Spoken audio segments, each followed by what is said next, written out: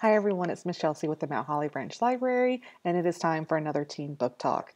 This month's theme is a new year, good vibes. I feel like with everything going on, let's start the year off on the right foot and get some positivity out there and some good vibes. So for some inspiration in that, we are going to read feel-good books. So these books don't have a huge amount of mystery or a huge amount of drama. It's just light, feel-good books. So I have three books that we're going to go over today. As I cover a book, you're going to see the book cover right beside me, and then you're going to see their Twitter handle and their Instagram right down here below. So let's go ahead and get started. So our first book is called The Bookish Life of Nina Hill, and this is by Abby Waxman. It came out in July 2019 and has a rating of 3.89 out of 5 on Goodreads. So this book is about, as you can guess from the title, Nina Hill. And Nina is an only child to a single parent, her mom. And Nina's life is just the way she wants it. She has a job in a bookstore. She has a cat named Phil. She's on the winning trivia team. She is a world-class planner. And if there's ever a time in her life where she thinks that there's more to life than just reading books, she shakes the thought away and picks up another book. She's also what you would probably describe as an introvert. I can see myself a lot in this character. As far as the reading goes, I love planning my life. I do like trivia. I just found a lot of similarities between me and this character, and I think that when you find a character that you can sort of see yourself in, it makes the book a little bit more real and just a little bit more fun to read. However, back to Nina. So, out of nowhere, Nina's father, who she has no relationship with, she does not talk to, passes away.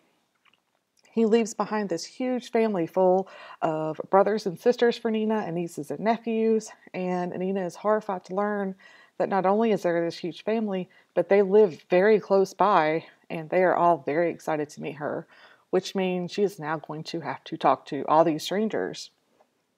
To make matters worse, her trivia nemesis Tom all of a sudden starts showing some interest in her, and she kind of finds out that he's a little cute, he's a little funny. So to her, this is like the worst thing that could ever happen. So now Nina needs to make a decision whether to stay in her shell where she's comfortable or come out of her shell a little bit. But she's not too convinced that real life could ever live up to the fiction that she's used to. And it could take a brand new family, some trivia, some ice cream, maybe even a crush to help her turn a new page and start a new chapter in her life. So I'm actually really excited to read this one just because, again, I found a lot of similarities between myself and this character. So if you do happen to read it, give me an email. Let me know what you thought. So our next book is called The Way You Make Me Feel by Maureen Go. This is a book that came out in May 2018 and was rated 3.84 out of 5 on Goodreads. And this book is described as one of those laugh out loud. It's kind of about love, it's about new friendships, and it does have a food truck in it.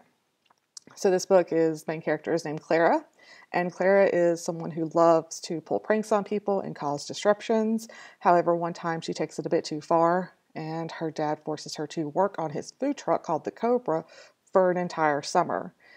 Not only does she have to do this, but she learns that working on the food truck is her uptight classmate named Rose. So she's having to spend her entire summer working with Rose on her dad's food truck, which is not really what she planned on doing. However, over time she learns that maybe Rose isn't as bad as she thought. And then she meets Hamlet, who stops by the food truck, and she thinks Hamlet's kind of cute and develops a bit of a crush. And Clara starts thinking that maybe she is a little invested in her dad's business and maybe she could stick with this and really enjoy it. But does that mean that if she decides to stick with this, is she going to have to give up her true self, which is the person who likes to pull pranks and cause disruptions? So, kind of like in the first book, where Nina has to make a decision to come out of her shell, Clara's going to have to make a decision on whether she wants to start a new chapter in her life that maybe she didn't expect she would enjoy doing. So this is, again, just one of those books described as a relatable story of falling in love and finding yourself in places that you would never think you'd be. All right, last but definitely not least is Tell Me Three Things by Julie Buxbaum. This came out in April 2016 and has a rating of 4.08 out of 5 on Goodreads. So this book is about Jessie, who is starting her first week in her junior year at a ultra intimidating prep school.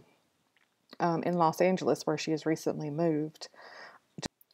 Just when she's thinking about going back to Chicago, where she moved from, she gets an email from someone who calls themselves Somebody/Nobody, or SN for short, and they are offering to help her navigate the wilds of Wood Valley High School.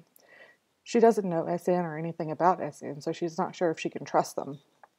However, it's been 2 years since her mother's death, and because her father eloped with a woman who he met online, Jessie was forced to move across the country to live with her father, her stepmother, who she calls her stepmonster, and her stepmother's son. So, in a leap of faith, Jessie decides to rely on SN and realizes that SN really becomes a lifeline for her and becomes her closest ally. And Jessie starts to want to meet SN in person, but maybe some mysteries are just better left unsolved. So this book has a bit of intrigue to it, but it's not like a dark mystery or anything. I think a little bit of intrigue in a light read is always a good thing. It keeps it interesting, makes you want to finish it. But that is all I have for today. If you read any of these 3 books and you want to give me a review, just send me an email. If you're not sure how to find us on social media, just take a look right here on the side of the screen and all that will show up for you. I hope that everyone's doing well. We miss you all so much, and let me know if you like these books. Bye.